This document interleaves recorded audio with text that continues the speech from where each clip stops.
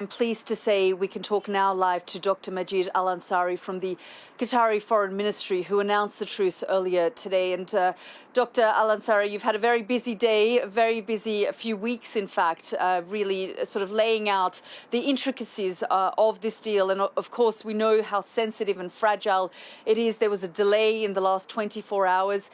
But if you can just tell us a little bit more about what's going to happen tomorrow, we understand, in the early hours of the morning. Well, thank you for having me again, Yalda. Just in a couple of hours, we, as the parties have agreed, the humanitarian pause will begin, and by that there will be a cessation of all hostilities, all operations on the ground, and all attack and all military expansion or movement, and that will begin the period where we can work towards the hostage release with both sides. We have an operation room here in Doha that is working between the Qatari side, the Red Cross and Red Crescent, and both sides of the conflict. We will maintain constant communication within the hotlines in the operation room. We will be monitoring everything on the ground in real time and relaying information as it's happening between both sides and to the Red Cross before 4 p.m. Tomorrow local time in Gaza. The hostages are supposed to be delivered to the Red Cross, and therefore they will be on their way to safety. And the Red Cross, will they go in first to sort of do some medical tests and check the health of all the hostages that are due to come out tomorrow? Obviously, the Red Cross have their own procedures in receiving the hostages.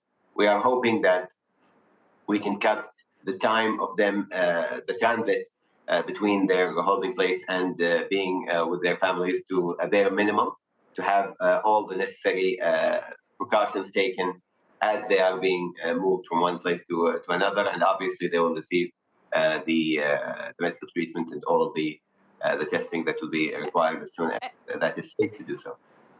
And can I just check, Dr Al Ansari, is it clear which route they'll be coming out of Gaza? I'm sorry, Alda, for the sake of security and confidentiality of the agreement, and also to make sure that things go smoothly on the ground, we are not sharing any information around the routes and how they will be moving tomorrow. As you might understand, our prime objective right now is the safety of the hostages, and that does require some level of discretion regarding the specifics of how they are going to be moved. Fair enough. And so, you know, in the initial stage, the first 13, and then it'll move along in that way over the course of, say, 4 days. And then, of course, over these days, several 200 trucks will make their way on different days into Gaza to provide aid, much-needed aid to the civilians?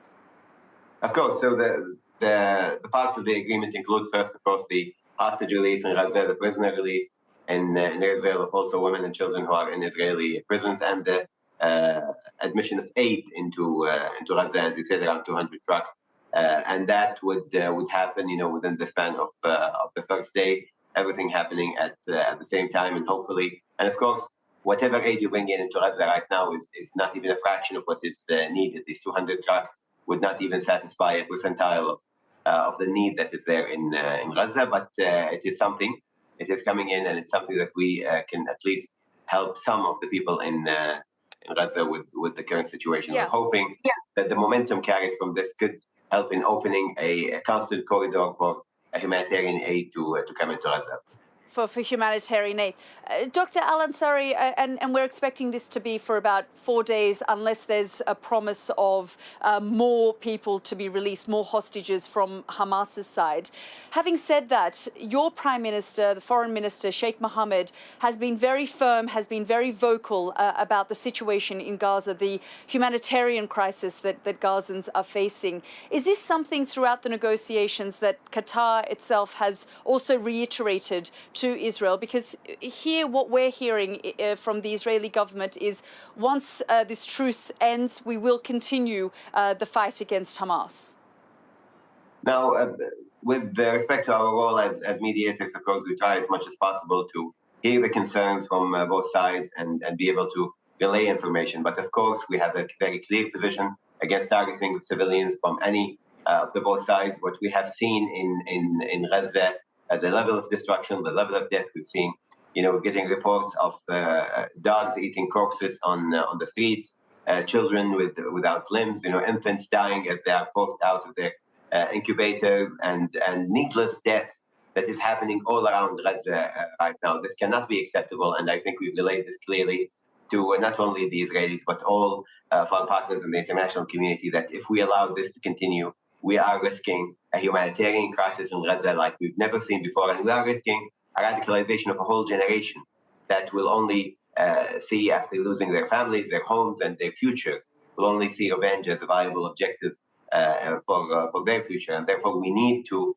diffuse the situation. We need to work as an international community collectively to make sure that this doesn't become one of the worst humanitarian disasters in recent history. Dr. Al Ansari, there's also a lot of conversations being had, although your focus right now is to deliver this truce, this humanitarian truce, successfully completed for this period. But there's also a lot of conversations around the day after. What sort of role will Qatar play in that?